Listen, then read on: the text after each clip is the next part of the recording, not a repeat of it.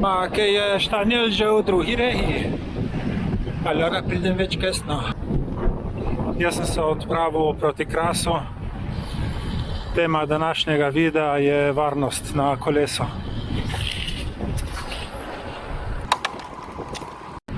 Živijo. Krasen, čudovit dan. Jaz sem se odpravil proti Krasu. Danes je nedelja, 14. februar, velik svetovni praznik Valentinovo. V Novi Gorici se je segrelo celo do 7 stopinj Celzija.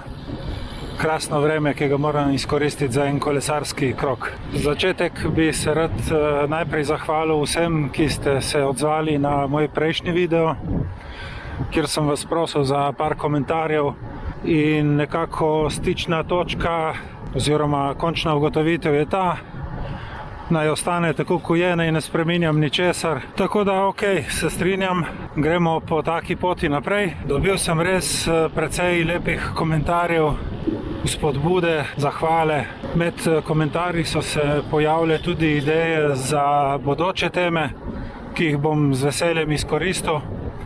In že ta današnja je ena od njih.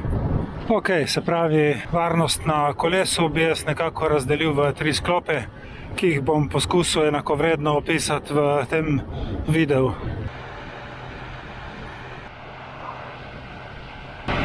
Tako se pa da iti. To pa je žurka. Škoda, ki je mogel zaviti levo, ker tako bi se lahko za njim vozil do New Yorka. Prva najpomembnejša stvar je sigurno cestna infrastruktura. Kakšne so ceste, široke, ozke, makadamske, luknjaste, a imamo na voljo kolesarske steze. Kakšne so kolesarske steze, uporabne, neuporabne, zamazane od peska, polne pešcev, mamic z vozički, otrok na rolerjih, sprehajalcev psov. Vse to vpliva na varnost. Za moje pojme je najbolj nevarna situacija v mestih, kjer so ob cesti parkirana vozila in je preglednost manjša. Pač v mestih je treba res biti previden. V nasprotju z avtomobili se pri kolesarju pozna vsaka luknja v cesti, vsak kanalizacijski jašek, še posebej pri specialki, ki ima trde gume. In mimogrede lahko izgubimo ravnotežje, sploh če tako poškodbo na cesti spregledamo v kombinaciji s kakšnimi senčnimi in sončnimi predeli, kjer je lahko luknja skrita v senčni lisi in nas lepo spodnese.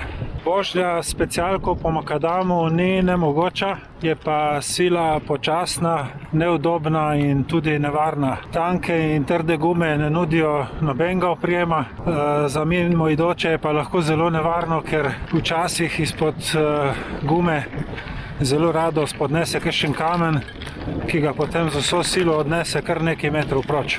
Tako da na makadamu res izjemoma redko, če je mus in samo za tistih par 100 metrov, sicer pa ne. Drugo je s trekking in z gorskimi kolesi, kjer je zaradi same specifike kolesa in gum to malo bolj lažje in prijetno. Vožnja po kolesarskih stezah je svojevrsten izziv. Moram pa biti pošten in povedati, da so tudi v Sloveniji kolesarske steze, ki so super urejene, naprimer Parencana na obali, pa tiste prekmurske bivše traktorske poti ob glavnih cestah, ki so zdaj spremenjene v asfaltirane kolesarske steze. Jesenice, Kranjska Gora, Bled, Radovljica. To so kolesarske steze, ki so povsem ločene od glavnih cest in na njih je vožnja res precej varna. Drugo so pa te improvizirane kolesarske steze po mestih, wannabe kolesarske steze, ki pač žal to niso. Meni se zmeraj zdi, da projektant najbrž ni kolesar.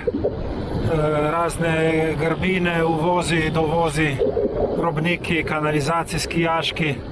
Vse pač kar na kolesarsko stezo ne sodi. Kar naenkrat se steza konča, potem spet prideš ven z nekega križišča, je kolesarska steza na drugi strani ceste. Jaz vem, da se bi marsikdo rad naslajal in se posmehoval rekreativnemu kolesarju, kako se stopi iz kolesa in peš prečka cesto.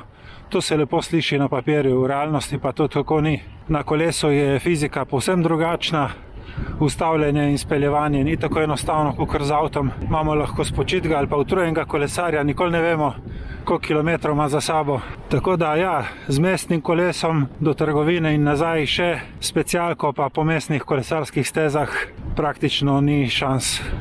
To je bilo nekako na kratko okrog te cestne infrastrukture. Če sem kaj pozabil, bo ostalo že zapolnila vaša domišljija in pa kakšen vaš komentar. Drug velik varnostni izziv na kolesu je cestni promet in udeleženci, ki so v njem. Dejstvo je, da se s cestnim kolesom vozimo po cesti. Pred leti je bila kultura voznikov še bistveno slabša kot danes. To je bilo enega piskanja in izsiljevanja. Zdaj danes se vidi, da je zmeraj več populacije tudi kolesarjev, tako da je obzirnost večja, moram priznati. Precej se pozna tudi uporaba lučk na kolesu, ker zdaj, kar jih imam, opažam, da me vozniki manj izsiljujejo in lepše prehitevajo.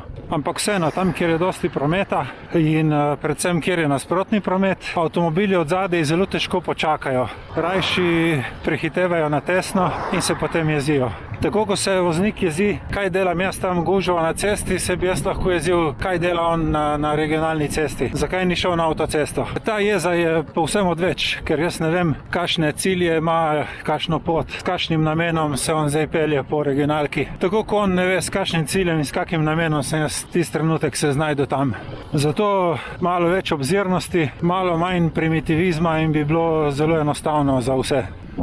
Tudi po komentarjih, ki se pojavijo na spletu ob kakšni kolesarski novici, lahko sklepam, da je precej ljudi negativno nastrojenih proti nam, kar me po svoje žalosti.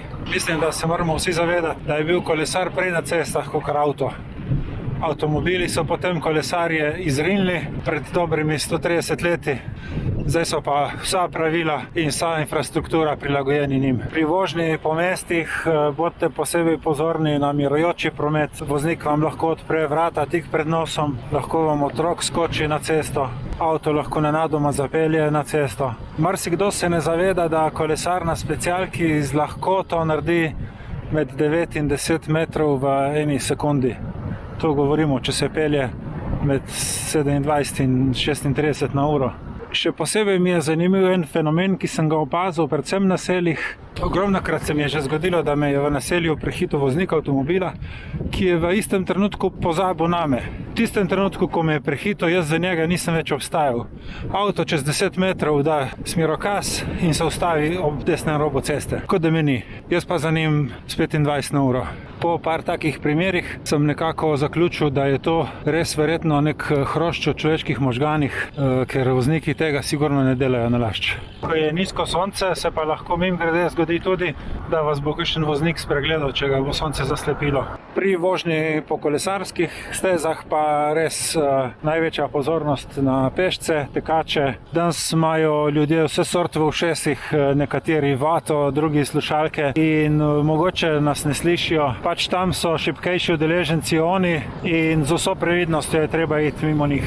Posebej pozorni moramo biti na Italijane, tako v Italiji, kot tudi pri nas. Zgleda, da imajo drugačne predpise. Italijan te bo rajši zelo na tesno prehitel, kot da bi šel čez polno črto, tudi če nasproti ni nobenega. Italijan se zna tudi kar naenkrat nepričakovano ustaviti ob desnem robu ceste, zato da se bo javil na telefonski klic. Večina njih med vožnjo ne telefonira.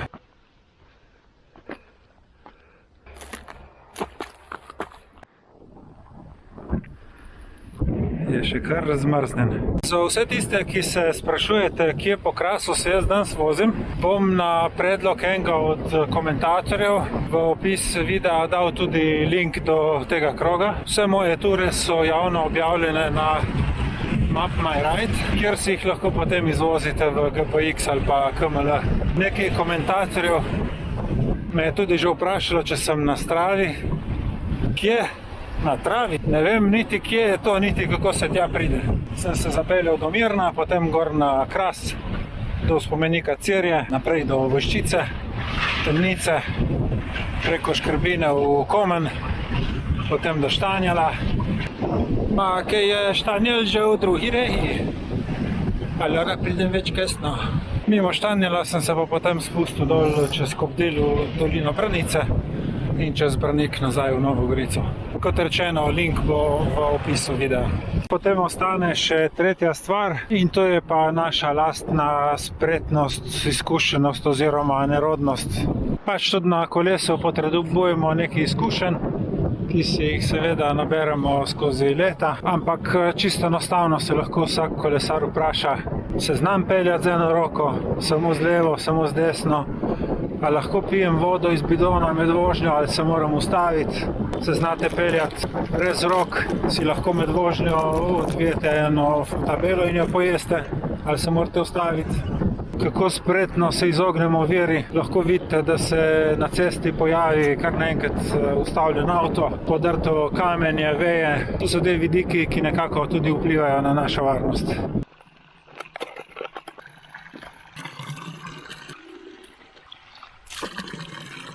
No, ko je dobra.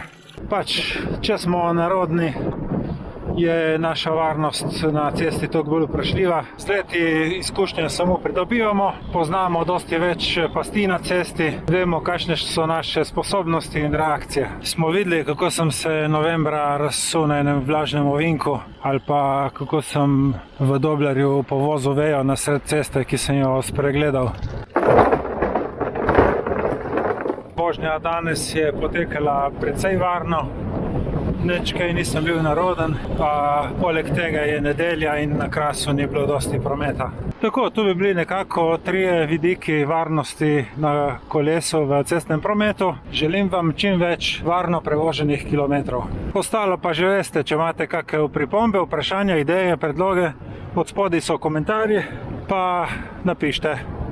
Hvala za pozornost in se vidimo prihodnjič.